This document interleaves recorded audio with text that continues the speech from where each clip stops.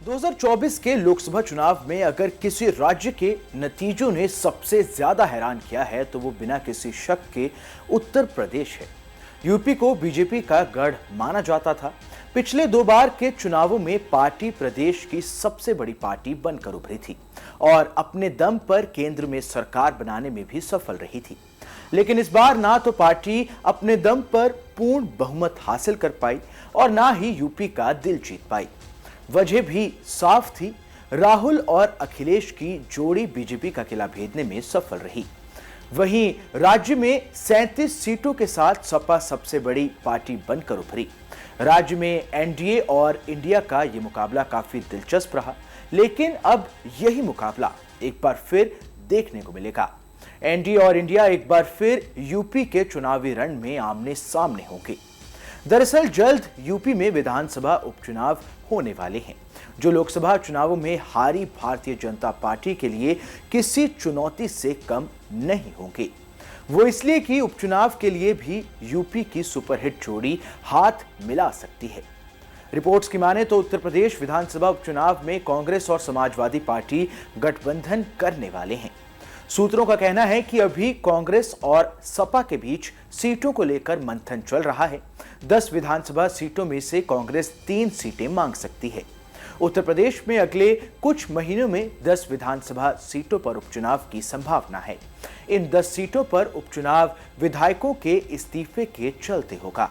विधायकों के सामने लोकसभा चुनाव में जीत के बाद विधानसभा की सदस्यता छोड़ने की मजबूरी है। बीजेपी और सपा के 9 विधायक अब संसद के सदस्य बन चुके हैं। इनमें से कुछ विधायकों ने अपना इस्तीफा दे दिया है, जबकि कुछ आने वाले वक्त में विधायकी छोड़ सकते हैं।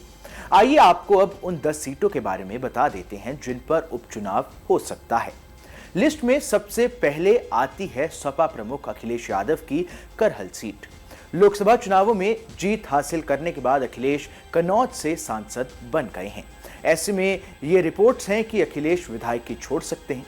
वहीं सपा के नेता अवधेश प्रसाद की मिल्कीपुर सीट पर भी उपचुनाव हो सकता है। अवधेश अब फैजाबाद से सांसद बने हैं।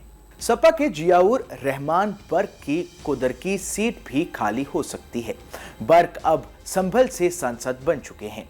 वहीं बीजेपी के अनूप वाल्मीकि प्रधान भी खैर विधानसभा सीट से विधायक रहे हैं और अब हाथरस से सांसद चुने गए हैं। वहीं बीजेपी के अतुल गर्ग गाजियाबाद से सांसद चुने गए हैं और वो यहीं से विधायक भी बने थे।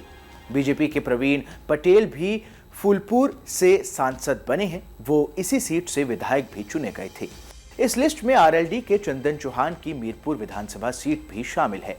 चंदन बिजनौर से सांसद बन चुके हैं। विनोद कुमार बिंद भी बीजेपी के सांसद बने हैं। ऐसे में उनकी माजवा विधानसभा सीट भी खाली हो गई है। वहीं सपा के लालजी वर्मा जो कटहरी विधानसभा सीट से विधायक थे, अब अंबेडकर नगर से सांसद बने हैं।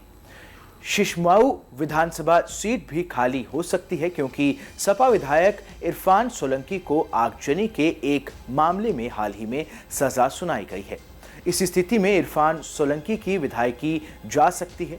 इस तरह यूपी की 10 सीटों पर उपचुनाव की संभावना बनी हुई है। इस खबर में बस इतना ही। ये खबर आपको कैसी लगी हमें कमेंट कर जरूर बताएं। देश दुनिया की तमाम बड़ी खबरों के लिए देखते रहें न्यूज़ नेशन का डिजिटल प्लेटफॉर्म।